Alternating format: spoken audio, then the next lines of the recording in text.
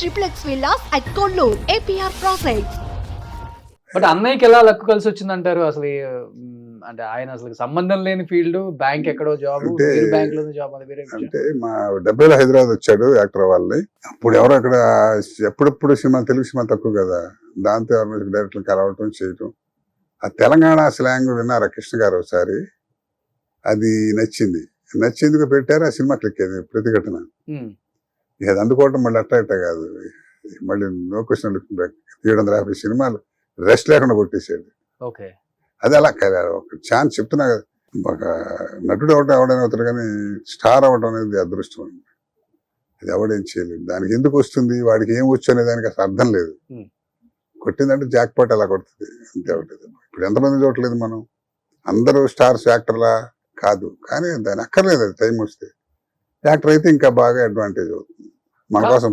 But screen మీద ఆయన గొప్ప హాస్య నటుల్లా కనిపిస్తారు కానీ గొప్ప విలన్ ఆయన. ఫస్ట్ బయట కూడా అసలు మంచి వేదాంతం గిదాంతం మాడతాడు, మంచి అందుకే అన్ని ఉంటాయి. సకల కళ వల్లభుడు కరెక్ట్, తెలిసిన మనిషి అనమాట. శ్రీనివాసరావు ఏమిటి అంటే తెల్లకాయతం లాంటి వాడు అనమాట. అందులో ఏ మంచి కానీ చెడు కానీ ప్రపంచానికి మొత్తం తెలిసినట్టు, ఎంత టాలెంట్ ఉంది. ఓకే, ఈ పాత్ర వాడే వేయాలంటే వేయాలి అంతే ఉంటుంది. బట్ట చేసి టైం. బట్ అన్నయ్య వచ్చారు కాబట్టి మనం కూడా వెళ్తే బాగుంటుంది, అవకాశాలు ఏమైనా దొరుకుతాయని మీరు స్టెప్ వేసారా? కాదండి, అసలు మేము కూడా ఆ కోమాలు ఉండేవాళ్ళం. మేము మహానటులు వాళ్ళే వస్తారు, విశ్వనాథ్ గారు, రాఘవేంద్ర గారు, మనకి మీరు కూడా పల్లెటూరు అట్టగా నేనే కదా అందరూ అట్టగా ఉండేవాళ్ళం. ఇది హాయిగా ఏదో ఉన్నా ఉద్యోగం. నేను కూడా స్టేట్ బ్యాంక్ లో పనిచేసాను కదా, హాయిగా ఉన్నా ఎందుకు లేదు. మేము నాటకాలు బాగా వేసేవాళ్ళం కదండి. మా శ్రీనివాసరావు నాకన్నా సంవత్సరం ముందు నటుడయ్యాడు. నేను మెడ్రాస్ లో రసరాజ్యం నా ఫేవరెట్, నేను ఆల్ టైమ్ రికార్డ్ నా లైఫ్ లో వేసి మంచి నాటకం నడిగర్ సంఘంలో వేసాం. వేసినప్పుడు ఆ రోజు మా పెద్ద బ్రదర్ ఉన్నాడు, తర్వాత మా పెద్ద బ్రదర్ ఫ్రెండ్ అనమాట సాంబశివరావు అని, ఆయన శివలింగేశ్వరరావు అని. ఆయన ఏం చేశారంటే నాటకం చూడటానికి వచ్చారు. అరే మీ వాడు ఇతను కూడా బాగానే చేస్తున్నాడు అని చెప్పి మన్నాడే ఓపెనింగ్ పిక్చర్ నాకు పెళ్ళాం కాదు బాపినుడు గారు ఆయన పరిచయం చేయటం, ఆయన టక్మని రాసినట్టు నన్ను నచ్చడం, దాంతో అట అనుకోకుండా ఎంట్రీ, ప్రయత్నం లేకుండా. తర్వాత విశ్వనాథ్ గారితో గొప్ప అదృష్టం ఏంటంటే మేము ఒంగోలులో నాటకం వేసాం, హరహర మహాదేవన నాటకం వేసేవాళ్ళం.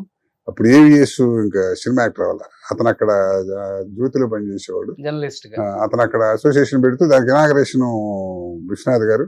ఆ సందర్భంగా నా నాటకం పెట్టాడు. ఆ నాటకం అప్పుడు ఆయన చూసి చూడాలి సార్ మీరు రిక్వెస్ట్ చేసి చూసి నాటకం నచ్చి సమ్వేర్ ఏప్రిల్ అనుకోండి అది సుమారు దీపావళి పండుగలో ఫోన్ చేశాడు నాకు, వేషం ఉండి అతను బాగుందని. ఎవరు నా ఎఫర్ట్ ఏం లేదు, దేవుడి దగ్గర చూస్తున్నా, అసలు కలిసింది లేదు ఆయన్ని. అలాగా కదా ఆ ఎంట్రీ, దాంతో మంచి క్యారెక్టర్ ఇచ్చారు. అలా అట్టా దాంతో ఏంటంటే మనం ప్రయత్నం లోపల నటుడు అవ్వాలని గుణ ఉంటుంది అనుకోండి, కాదు ప్రయత్నం నాకు అఫీషియల్ గా కుదిరేది కాదు.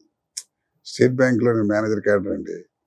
దాంతో ఏంటంటే వాళ్ళు పిలిచిన మనం వెళ్ళలేకపోవటం, మనం ఖాళీ కొనప్పుడు పిలవకపోవటం, రకరకాల ఫ్యాక్టర్. మంచి ఒడ్డు పొడుగు, మంచి ఫిజిక్, మంచి వాయిస్, మంచి ఫేస్, ఎలాంటి క్యారెక్టర్ అయినా కానీ పండించేంత సత్తా దేవుడు మీకు ఇచ్చాడు. కానీ కోట శంకర్రావు గారు అనుకున్నంత సక్సెస్ అవ్వలేకపోయారు సినిమాలో, అనుకున్నంత మంచి క్యారెక్టర్స్ రాలేకపోయాయి అంటే ఏమని చెప్తారు రీజన్? నాకు చెప్తున్నాగా అఫీషియల్ గా నేను హాయిగా చక్కని branch manager cadre state bank of India మంచి పొజిషన్ లో ఉన్నా. ఓకే, పైగా 40 years రిస్క్, ఫ్యామిలీకి 2 పిల్లలు, మనం రిస్క్ అవుతాం భయం.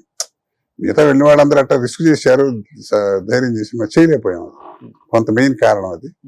తర్వాత లక్ అనేది మెయిన్ కదా బాస్. అన్నయ్యకి వరించిన లక్ మీకు వరించలేదు. మావాడు జాక్ పట్టది, ఏకీ పాడది. అది నూతన ప్రసాద్ ఒకడు, శ్రీనివాసరావు ఒకడు, కోట్ల మందిలో ఒకడికి వస్తుంది అదృష్టం.